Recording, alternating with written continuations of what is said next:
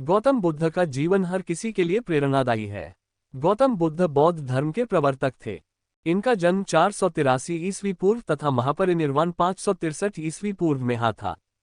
बचपन में उनको राजकुमार सिद्धार्थ के नाम से जाना जाता था।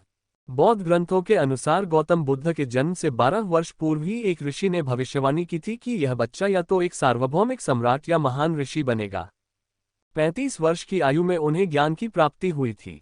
वह संसार का मोह त्याग कर तपस्वी बन गए थे और परम ज्ञान की खोज में चले गए थे। आइए आज हम आपको सिद्धार्थ के महात्मा बुद्ध बनने तक के सफर के बारे में बताते हैं। जन्मकाल। बुद्ध का गोत्र गौतम था।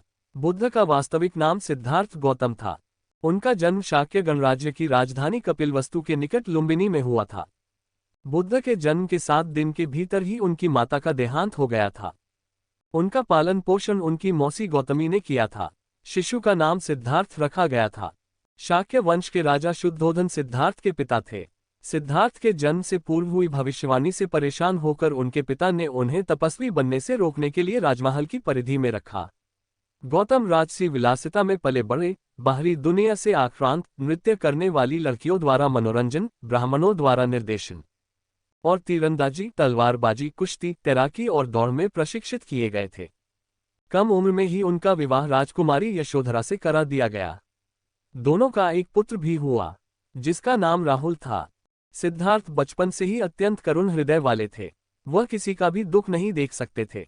इतने प्रयासों के बाद भी 21 वर्ष की आयु में उनकी अपने राज्य कपिलवस्तु की गलियों में उनकी दृष्टि 4 दृश्यों पर पड़ी। ये दृश्य थे: एक वृद्ध विकलांग व्यक्ति, एक रोगी, एक पार्थिव शरीर और एक साधु।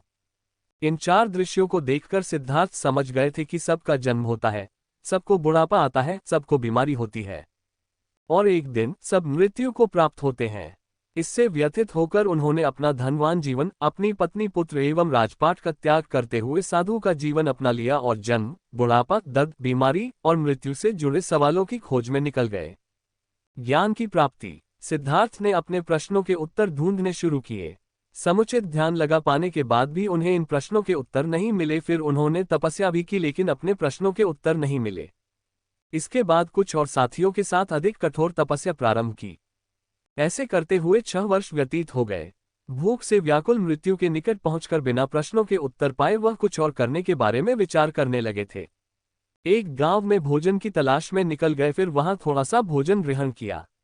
इसके बाद वह कठोर तपस्या छोड़कर एक पीपल के पेड़, जो अब बोधिवृक्ष के नाम से जाना जाता है, के नीचे प्रतिज्ञा करके बैठ गए कि वह सत्य जाने बिना उठेंगे नहीं।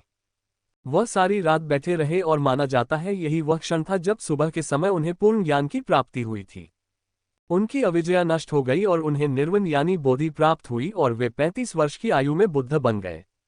बुद्ध को शाक्यमुनि के रूप में भी जाना जाता है। 7 हफ्तों तक उन्होंने मुक्ति की स्वतंत्रता और शांति का आनंद लिया।